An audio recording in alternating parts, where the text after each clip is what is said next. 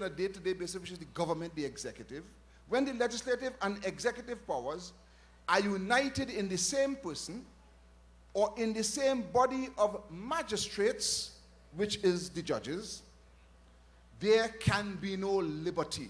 Understand what he says? When the power to run a country and the power to make laws to run a country and the power to judge how a country is run resides in the same person, then there can be no liberty, there can be no freedom. That is Montesquieu, and that's accepted. In other words, my dear friends, he's saying you can't be police, thief, and magistrate at the same time. Can't be police, thief, and magistrate. You're either police, you're either thief, you're either magistrate, but you can't be police, thief, and magistrate at the same time. And if police happen to be thief, then the magistrate must deal with that. He goes on to say, again, there is no liberty if the judicial power be not separated from the legislative and the executive. The judges and the judicial system and process must be separate from those who run the country, the executive, and from those who make laws for the country, the legislature. Were it joined with the legislative, as he put it, the life and liberty of the subject would be exposed to arbitrary control. That is Montesquieu talking, and that has been accepted. For the judge, he says, would then become the legislator. In other words, he says, you can't make laws and then be the judge of the laws that you make. You can't do that. If you do that, then you will judge those laws in a manner that is convenient to you. That wouldn't be right. That won't be right. He calls that arbitrary control. He also argues that were the judicial power joined to the executive, the judge might behave with violence and oppression. In other words, if the members of the executive also had the power to judge, then they will judge in a manner that is convenient to them, and it could lead to violence and oppression. It can't happen. He condemns that also. He goes on to say, there would be an end to everything were the same man or the same body, whether of the nobles or of the people, to exercise those three powers, that of enacting laws, that of executing the public resolutions, and that of trying the causes of individuals.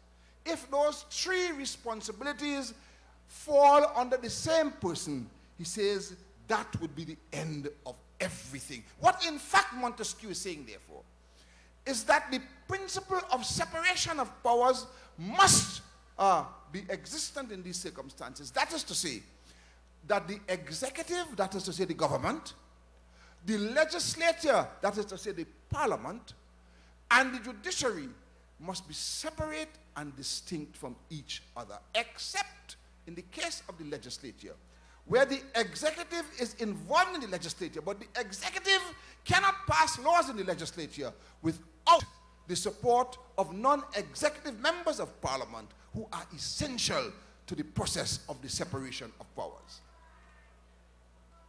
It's above your head, or are you understanding it? You must have the parliament separate by itself. You must have the government separate by itself. And you must have the judiciary separate by itself. That is what he's saying.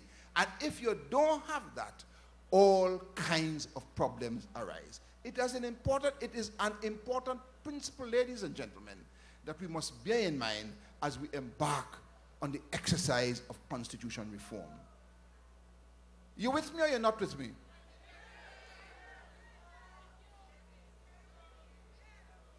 You there? Okay, fine. Then let's go on. There is a third principle, or a second principle, that I want you to bear in mind as we proceed with constitution reform. It is the principle of the independence of the judiciary. Judicial independence.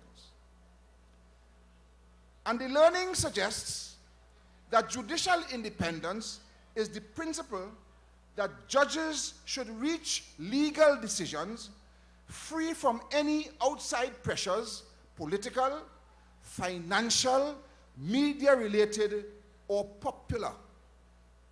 Judicial independence means that judges must be free to act solely according to the law and their good faith interpretation of it, no matter how unpopular their decisions might be. It means that judges need not fear reprisals for interpreting and applying the law to the best of their ability. You understand? That the judiciary must be free from interference.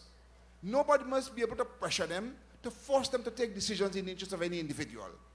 Because the freedoms in the society dictate, my dear friends, that judiciary must be free. And a good case of it came up in the United States recently. Remember the prison in Guantanamo Bay in Cuba? Remember that prison? It was the Supreme Court in the United States that declared that prison in Guantanamo Bay to be ultra-vires the Constitution, against the Constitution of the United States. And the government of the United States was forced to close it. An independent judiciary, looking at the actions of a government, coming to a conclusion and adjudicating it fairly, adjudicating fairly and without any prejudice, and taking a decision in the interest of the people and consistent with the rules by which the society is to be governed, the rules as outlined in the Constitution of the United States of America. You understand that one too? Right. The learning also says that independence is one thing, but the judiciary must be accountable. I'm just mentioning that at this stage. The judiciary must be accountable. That's what the learning says. The learning also goes on to say that there are two distinct aspects to judicial independence. Two aspects. The first is the decisional aspect. They must be independent to make decisions that they consider appropriate. And the institutional aspect, which means that judiciary must be recognized as a separate arm of the government, separate and distinct, and in the same way you recognize the executive, which is the government, and the legislature, which is the parliament. So the judiciary is the third arm. How are we going?